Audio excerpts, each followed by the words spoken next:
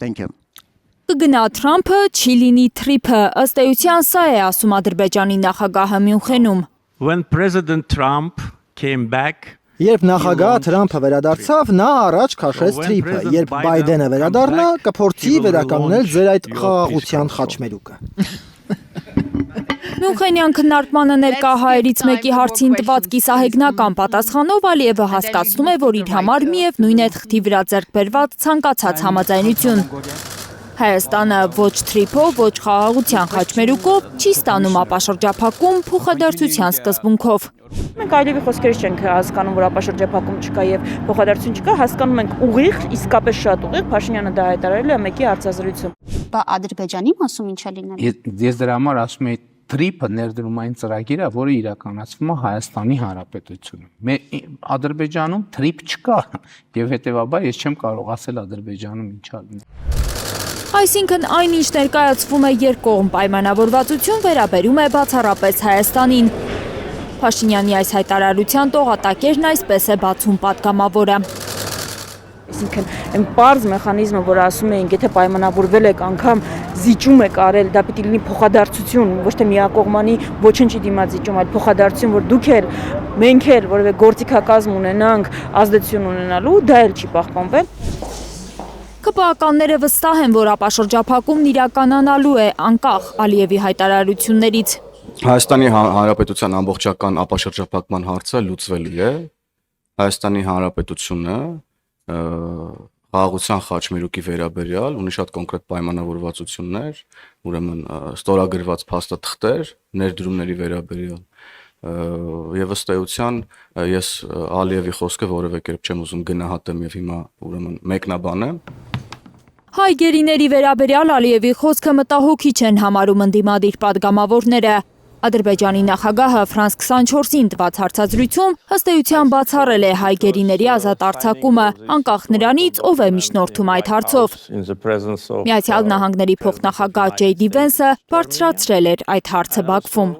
These people committed serious crimes. Այս մարդիկ լուրջ հանցագործություններ են կատարել մարդկության դեմ։ Պատկերացրեք երկրորդ համաշխարհային պատերազմից հետո, Նյուրնբերգյան դատավարությունից հետո, ոմանք 2 ամսից գան եւ խնդրեն ազատ արձակել բոլոր այն նացիստ առաջնորդներին, որոնք դատապարտվել են մահվան։ Ալիևը Հայաստանն անվանում է ֆաշիստական պետություն ու հայերի վզին բարդում ռազմական չգործած հանցագործություններ, այսպես է մեկնաբանում Քրիստինե Վարդանյանը Ադրբեջանի նախագահի խոսքերը։ Ըստ էության 180 աստիճան փոխեց հակամարտության կողմերին։ Չնայած զինվոր գլխատողը իրենք են, չնայած ամենասարսափելի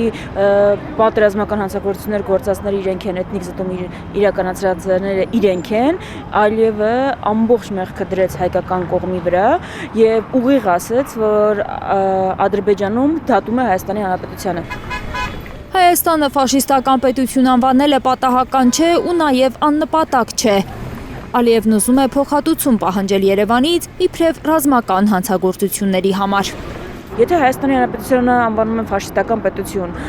եւ մեղադրում են բոլոր հանցանքների մեջ, որը չի եղել իրականության մեջ, հաջորդ քայլը ո՞րն է տրամաբանորեն։ Փոխհատուցում պահանջել է դրանց համար։ Հայ գերիների հարցը առաջնային օրակարգային հարց չի եղել Հայաստանի համար Միացյալ Նահանգների փոխնախագահի այցի ընթացքում, համոզված է պատիվ ունեմ խմբակցության քարտուղար Տիգրան Աբրահամյանը։ Ալիևի հայտարարությունները Նրա կարծիքով Ալիևի հայտարարությունները նույնպես այդ մասին են վկայում։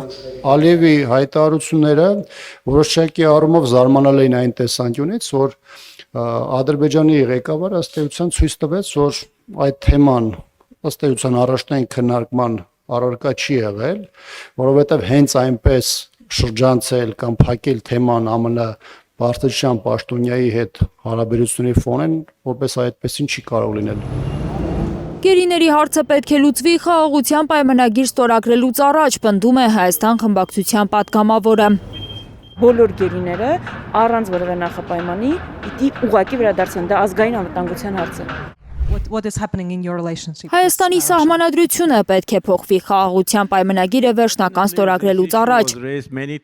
Այս անգամ էլ է ասել Ալիևը ու հույս հայտնել, թե այս տարի այդ փաստաթուղթը կստորագրվի։ Լիլիթ Սարգսյան, Առաքել Օհանյան, Նորայ Շարբաթյան եւ Գագիկ Տեր-Ղազարյան, Հայլուր։